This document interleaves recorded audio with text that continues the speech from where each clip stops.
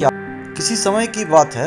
एक गांव के पास घने जंगल में एक सुनसान झील थी जिसे लोग रक्त झील कहा करते थे। कहा जाता था कि वहां एक खून की प्यासी चुड़ैल का साया है। गांव वाले रात के समय झील के आसपास जाने से बिल्कुल डरते थे।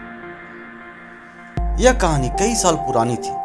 बताया जाता था कि उस इलाके में एक औरत चंदा अपने पति और बेटे के साथ हंसी खुशी रहा करती थी। एक दिन कुछ लुटेरे ने उनके घर पर हमला किया।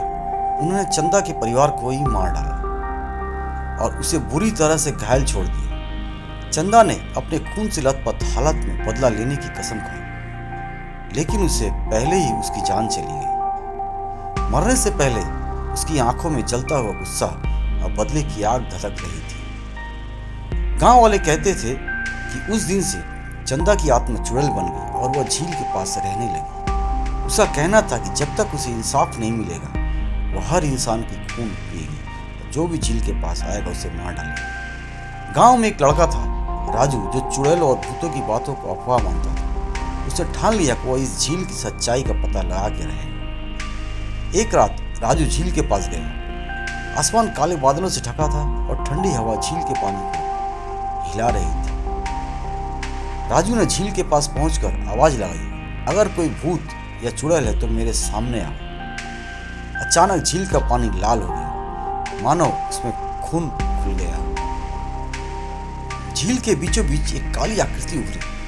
यह एक औरत की थी। इसके बाल बिखरे हुए थे और आंखें खून से लाल चमक रही थी।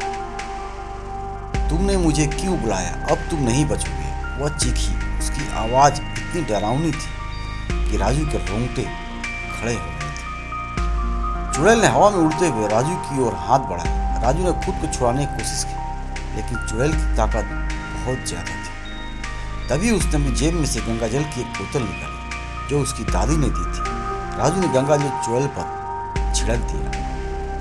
जैसे ही गंगाजल चुड़ैल के ऊपर पड़ा वह चिल्लाने लगी। उसकी आत्मा धुएं में बदलकर झील में समा गई। झील का पानी धीरे धीरे साफ होने लगा। अगले दिन राजू ने गांव वालों को सब कुछ बताया। उसने यह भी कहा कि चंदा की आत्मा को शांति देने के लिए उसके कब्र पर दिया जलाना होगा और उसके परिवार के हत्यारों की सजा दिलानी होगी। गांव वालों ने भी ऐसा ही किया। चंदा की आत्मा को शांति मिल गई और झील को फिर से सुरक्षित माना जाने लगा। सभी लोग खुश थे। कभी कभी आत्माएं इंसाफ की तलाश में भटकती है। उसकी पीड़ा को समझकर उसे शांति दिलाना जरूरी